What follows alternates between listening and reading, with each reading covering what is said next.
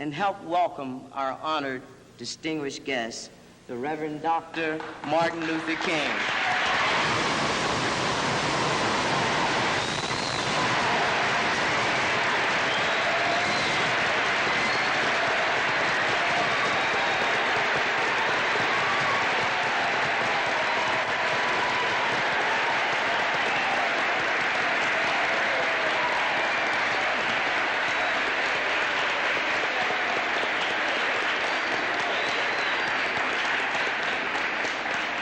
Thank you very kindly.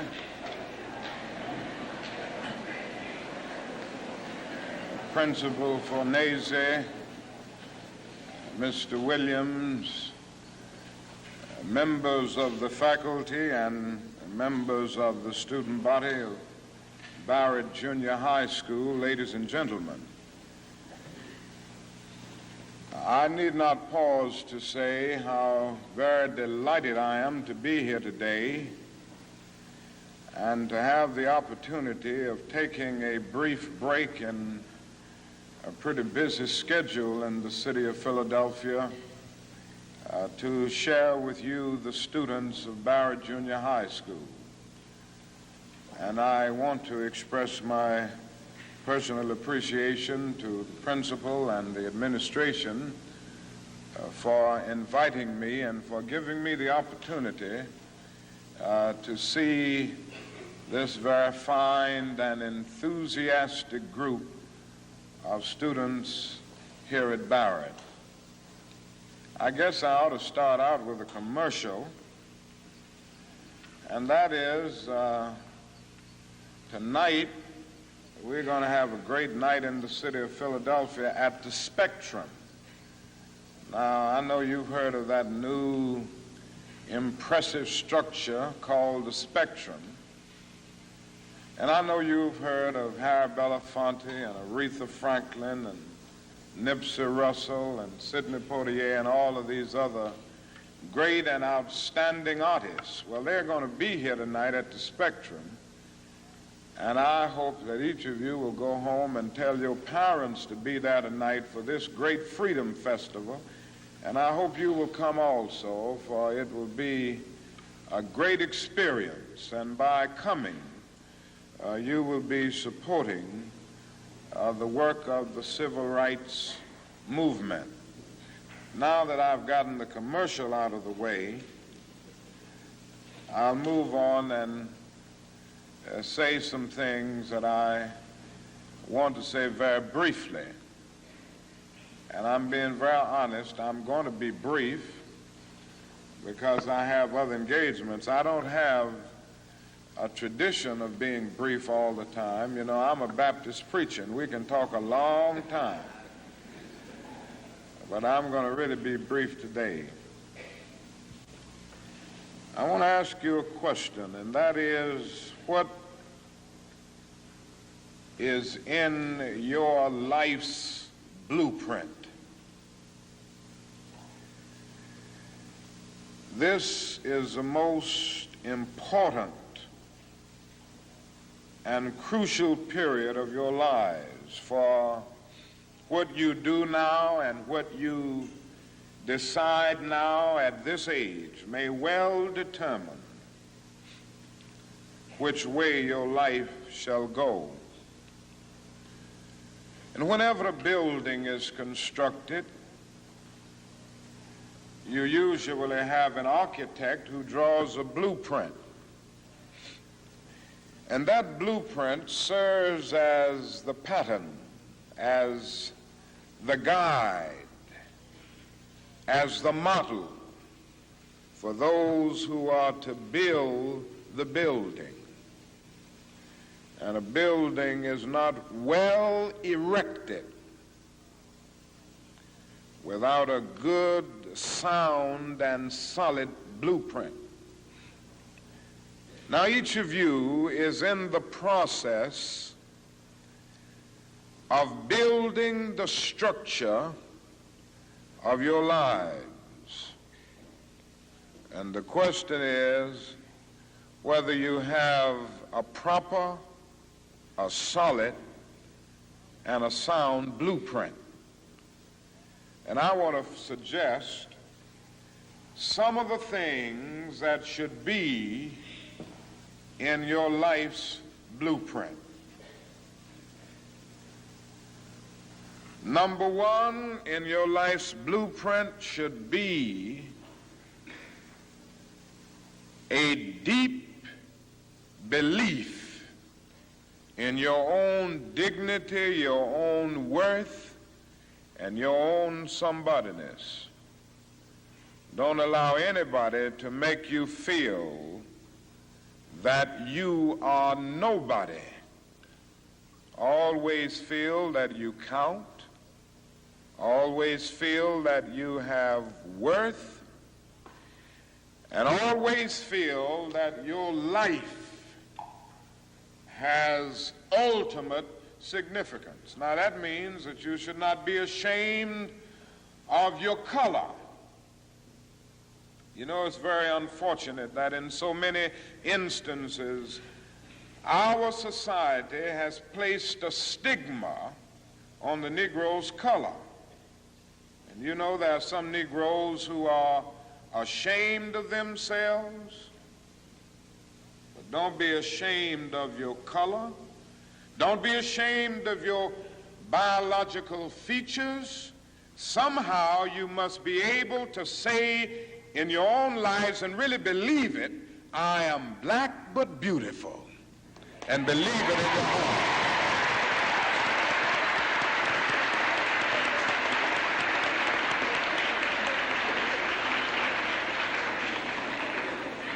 And therefore, you need not be lured into purchasing cosmetics advertised to make you lighter. Neither do you need to process your hair to make it appear straight. I have good hair, and it is as good as anybody else's hair in the world. And we've got to believe that.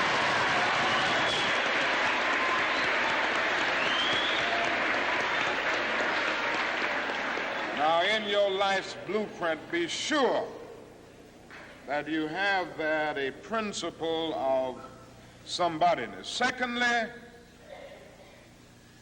in your life's blueprint, you must have as a basic principle the determination to achieve excellence in your various fields of endeavor. You're going to be deciding as the days and the years unfold what you will do in life, what your life's work will be. And once you discover what it will be, set out to do it and to do it well. And I say to you, my young friends, that doors are opening to each of you. Doors of opportunity are opening to each of you that were not open to your mothers and to your fathers. And the great challenge facing you is to be ready to enter these doors as they open. Ralph Waldo Emerson, the great essayist, said in a lecture back in 1871 that if a man can write a better book or preach a better sermon or make a better mousetrap than his neighbor, even if he builds his house in the woods, the world will make a beaten path to his door. That hadn't always been true, but it will become increasingly true.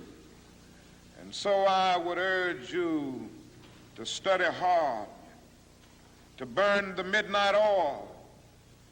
I would say to you, don't drop out of school, and I understand all of the sociological reasons why we often drop out of school. But I urge you, in spite of your economic plight, in spite of the situation that you are forced to live so often with intolerable conditions, stay in school. And when you discover what you're going to be in life, set out to do it as if God Almighty called you at this particular moment in history to do it. And just don't set out to do a good Negro job, but do a good job that anybody could do. Don't set out to be just a good Negro doctor, a good Negro lawyer, a good Negro school teacher, a good Negro preacher, a good Negro barber, a beautician, a good Negro skilled laborer. For if you set out to do that, you have already flunked your matriculation exam for entrance into the University of Integration. Set out to do a good job and do that job so well that the living, the dead, or the unborn couldn't do it any better.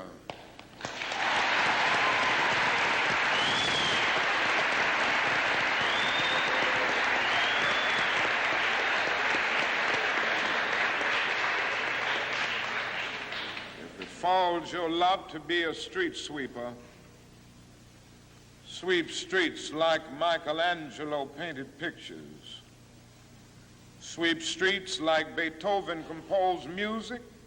Sweep streets like Leontine Price sings before the Metropolitan Opera.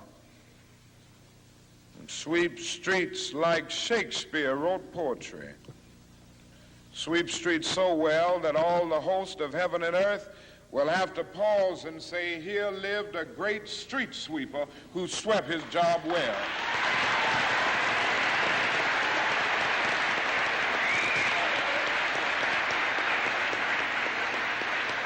If you can't be a pine on the top of the hill, be a scrub in the valley. But be the best little scrub on the side of the rill. Be a bush if you can't be a tree. If you can't be a highway, just be a trail. If you can't be the sun, be a star. For it isn't by size that you win or you fail. Be the best of whatever you are.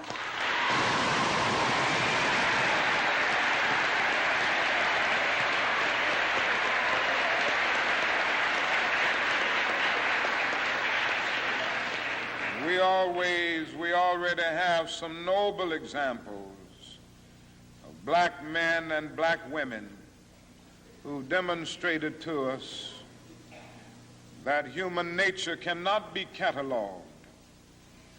They in their own lives have walked through long and desolate nights of oppression, and yet they've risen up and plunged against cloud-filled nights of affliction, new and blazing stars of inspiration. And so from an old slave cabin of Virginia's hills, Booker T. Washington rose up to be one of America's great leaders. He lit a torch in Alabama, and darkness fled in that setting. Yes, you should know this because it's in your own city.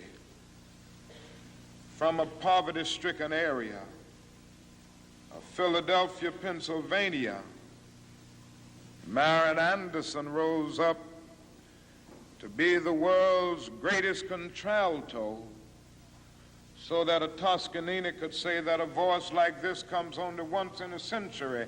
And Sibelius of Finland could say, my roof is too low for such a voice, from the red hills of Gordon County, Georgia. And the arms of a mother who could neither read nor write, Roland Hayes rose up to be one of the world's great singers and carried his melodious voice into the palaces and mansions of kings and queens. From crippling circumstances, there came a George Washington Carver to carve for himself an imperishable niche in the annals of science. There was a star in the diplomatic sky, and then came Ralph Bunce, the grandson of a slave preacher, and he reached up and grabbed it and allowed it to shine in his life with all of its scintillating beauty. There was a star in the athletic sky. And then came Jackie Robinson in his day and Willie Mays in his day with their powerful bats and their calm spirits. Then came Jesse Owens with his fleet and dashing feet. Then came Joe Louis and Muhammad Ali with their educated fists. All of them came to tell us that we can be somebody, and to justify the conviction of the poet, fleecy locks and black complexion cannot forfeit nature's claim. Skin may differ, but affection dwells in black and white the same. And if I were so tall as to reach the pole, or to grasp the ocean at a span, I must be measured by my soul. The mind is the standard of the man. And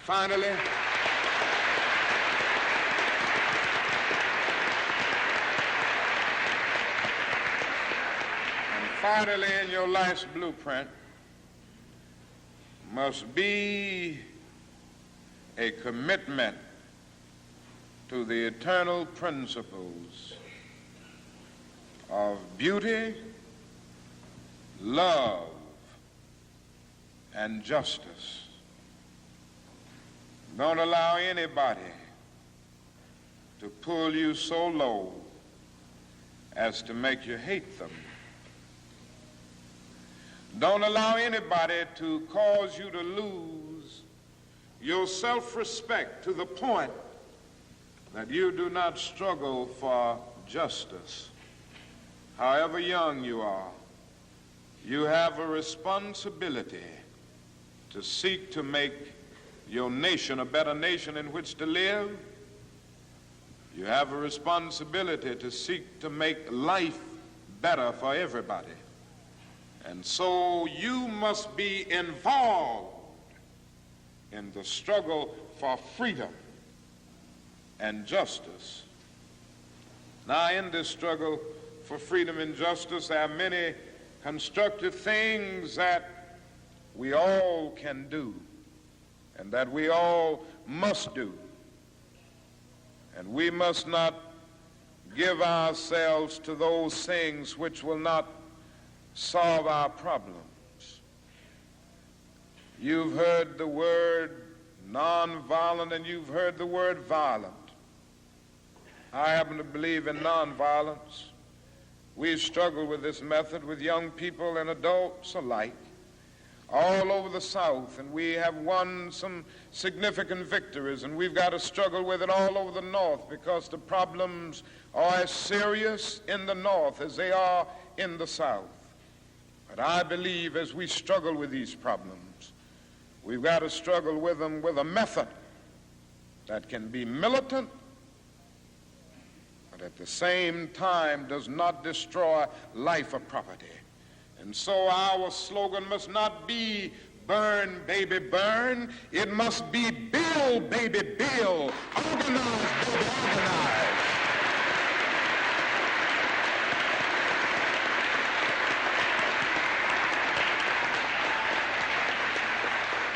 Yes, our slogan must be learn, baby, learn, so that we can earn, baby, earn.